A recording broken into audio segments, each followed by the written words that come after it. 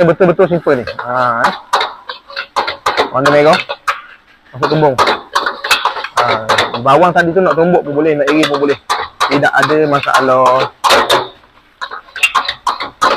Kalau ada satu-satu nak makan nasi goreng ni boleh je. Mari. Tak apa ni, nak nasi goreng pedas je. Boleh kita buat. Tak ada masalah, boleh buat je.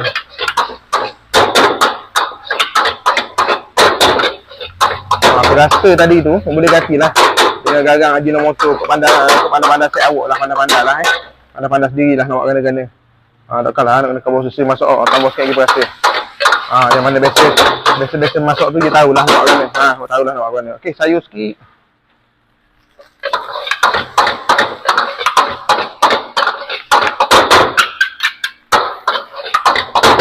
Ini simple sungguh. Okey, siap.